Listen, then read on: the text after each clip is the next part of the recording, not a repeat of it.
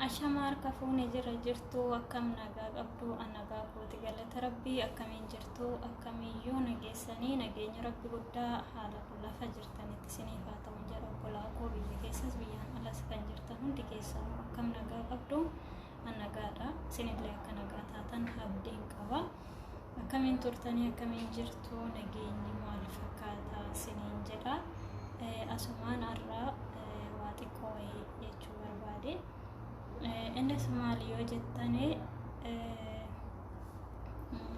yeroo hunda nama komataa yookiin galateeffataa ta'a inafinii yaada jedhurra isinii jechuu barbaade nama komachaa yookiin galateeffachaa inafinii jedha innis maal yoo jettanii nama galateeffachaa afur jechuun nama bakka akkama waan gorsa si oole yookiin oolmaa si oole waa san odoo bakkaan hin gahin odoo waa tokko irraa hin hubatin odoo waan tokko irraa hin argatin achuma teessee yeruma nama san argite bicha galatoomii yookiin yeruma maqaa nama sanii ka'e bicha galateeffachaa inafinii yaada jedhu innis maal yoo jettanii namni tokko namallee komachaa kanafu namni tokko yoo waa namarraa barbaade waa namarraa dhabe yookiin yoo gaafa waan tokko irratti si gatee si bira taree yookiin immoo waan barbaade san dhabde komachaa aftaa jechuudha guyyaa san odoo akkasuma godhee jiraate guyyaa san odoo kana naa oolee jiraate namni kuni jetta nama san komataa aftaa maalifi ofii keetii bakka san bakka barbaade san waan barbaade san bira geechee ofii keetiin odoo nam san hin komatin guyyaa san nam san irraa dhabde ofii keetii argatte isumaan komii ibsuudha yoo ta'e maleeyyuu achuma teessee waa san odoo hin argatin arras borus nama san amma argitu odoo bakka san odoo nam san gaaf san akkana jedheeni jiraadhe irraa dhabee asin jiru boona bakka kana hin geenye kana yaade san dhaqqabne kaayyoon keessa kooti karoorse san hanqadhee hin geenye jecha afta jechuudha inni immoo maal ibsa nama san komataa ta'uu keemiti of komachaa akka jirtu hin dagatin jechuudha of komachuu jechuun immoo maalifi waan san gochuu odoo dandeessu waan nama san gaafattee irraa dhabde san akka bira geechuu odoo beektu akka dandeessu odoo beektu nama san komachaa afuu jechuun of komachaa jirta jechuudha deebistee ofii kee of komachaa jirta jechuudha nama san odoo hin taane nama san immoo maalifi namni sun guyyaa san yookiin humna dhabee ta'aa si gargaaruu fi waan ati yaadde sanii biraa akka hin geenye fi miti namni sun jechuudha namni sun gaafa yookiin rakkattee na gargaaretteen yookiin immoo waan akkanaa hojjedhaa na wajjin ta'ee na jabeessi jetteeni yookiin immoo karaa akkanaa deemuufan jira imala akkanaarra hin jira na wajjiniin himalii yaada na jabeessi jetteeni jechuu ni dandeessa namni sun gaaf sanitti yookiin yaada ati karoorsite san karoora keessa kee jiru san keessa isaa jiraachuu dhabuu mala yookiin immoo hinillee dhimma mataa isaa qabaachuu danda'a yaada dhuunfaa isaa qabaachuu danda'a kanaafuu si gargaaruu dhabuun si wajjin ta'uu dhabuun nama sanii komataa sin taasisu jechuudha garuu immoo bakka san geechee galma sanirra geechee waan kaleessa bira dabartee hojjattee waan karoorsite waan nama san gaafattee dhabde san bira gaafa geechee argatte atu odoo nama san hin komanne hojiin keessunuu nama san komataa taasisa jechuudha yoommoo bakka san hin gahin gizeedhuma nama san argitee fi yeroodhuma waan nama sanii yaadateef yeroo kaayyoo kee karoorsiteetoo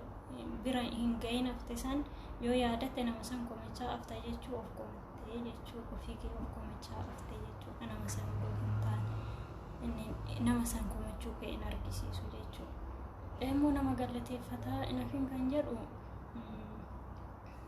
namni karaa baay'ee nama galateeffata namni ormaa guddaa si oole galateeffatamuus ni qaba innis immoo akka qaba yookiin dhukkubsattee yookiin rakkattee dhabdee si gargaari ta'a yookiin carraa hojii si uume ta'a yookiin immoo ani karaa deemtu filatti na gargaari jettee ni jabina si ta'ee karaa isa si ceesise ta'a yookiin immoo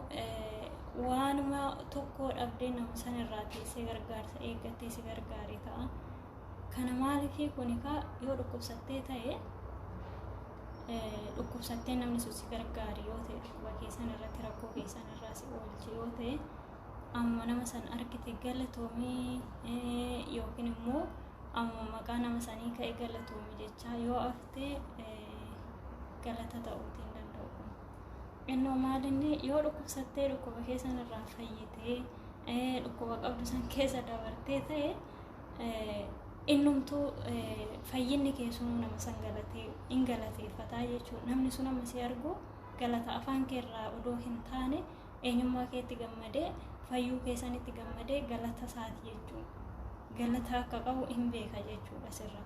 Galata isaatiin akka akkas taate akka fayyite ni beeka jechuudha namni sun. Immoo carraa hojii sii baase yoo ta'e hojii hin qabdu carraa hojii sii kenne carraa hojii sii bane yoo ta'e carraa hojii sanitti yoo if fayyadamne bakka namni sun itti si eegetti bakka gaarii geessee hin mul'anne yoo ta'e achuma teessee bar guyyaa sanayyii akkas naa godhee ture bar namni akkanaa kun oolmaa akkanaa naa oolee ture bar galatoomi jechaa oolte galata iddoon irraa qaba jechaa oolte galata isaa hin ibsu jechuudha. Maaliif yoo jette hojjette hojii namni sun sii bane karaa namni sun sitti argisiise san hojjettee bakka guddaa geessee gaafa mul'attu nama san galata isaatitu mul'atee jechuudha. Ati hojjettee humna kee qofaan odoo hin taane galanni nama sanii galma ga'ee mul'atee jira jechuudha. Galatoomin afaan keerraa dhufu sun bichaan nama san gammachiisuu hin danda'u. Garuu hojiin ati hojjette sun bakka gaarii geessee gaafa ati mul'atte galata nama sanii ibsuu danda'a jechuudha. Innaa akkanas siniin jedha. Kan biraa immoo maalin yoo jettanii namni galata namarraa hin barbaadu. Gaafa carraa jiru si baasu, gaafa dhukkubsattee si gargaaru, gaafa gorsaa si maddii dhaabatu, gorsa sanarraa fudhattee gorsa namni sun si gorsa sanarraa fudhattee akka gaariitti akka ceetu karaa sirrii akka qubattu fi karaa hin taane irra jiraachuu dandeessa yookiin dadhabina qabaachuu dandeessa yookiin hirrina waa tokko qabaachuu dandeessa. Namni sababa malee dhufee nama gorsuutee hin dhufu, sababa malee namattuu hin dubbatu, sababa malee namattuu hin dhiyaatu jechuudha. Yookiin nama si jaallatu yookiin nama si jibbu ta'uutii mala. Garuu yaa ta'u malee gorsa namni sun si gorsee oolmaa namni sun baasa si oolee galmaan geessee gaafa mul'atte galata guddaadha jechuudha. Oolmaa nama sanii galanni afaan keetirraa maddu qofti nama saniif gammachuu ta'a yookiin galata isaa ibsaa hin jedhani. Kanaafuu kan galata isaa ibsu bakka geesse bakka gaarii geessee gorsaanis haa ta'u gargaarsa hojiitiinis haa ta'u dhukkuba keerraa fayyitees haa ta'u karaa badaarra deemaa jirtaa gorsee namni sun si deebisees haa ta'u karaa sirrii si qajeelchee namni sun si jabeessee karaa baay'ee haa ta'u jechuudha. Karaa hedduu ta'uutii mala waan ta'eef kanaafuu nama sana argite galatoomuu qofa odoo hin taane hojiin kee gochi kee nama san galateeffataa ta'uu dandeechisa jechuudha. Gaafa ati bakka gaarii geessee mul'attee gaafa ati waan namni sun barbaade san immoo rakkina galee irratti si argisan keessaa baatee ati achumatti rakkina keessatti deebi'ee ammallee si arga yoo ta'e achuma teessee ati galatoomi jettaa yoo ta'e isaaf uumaan godhu jechuudha. Isa hin gammachiisu jechuudha nama san galaanni keessuun. Kanaafuu bakka gaarii geessee mul'achuudha.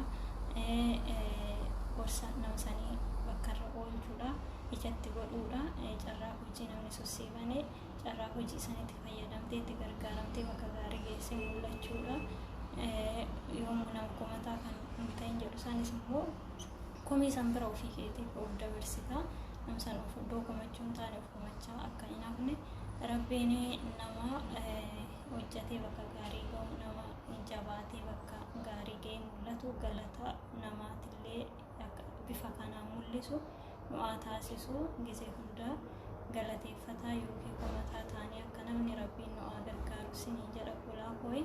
Dogoggora yoo qabaadhe jechoota koo kana keessa asumaan koomentii irratti naa barreessaa. Baay'ee sin jaalladha, baay'ee sin kabaja. Nagaan naaf turaayii dogoggoree naaf galchaa siniin jedha. Turtii gaarii.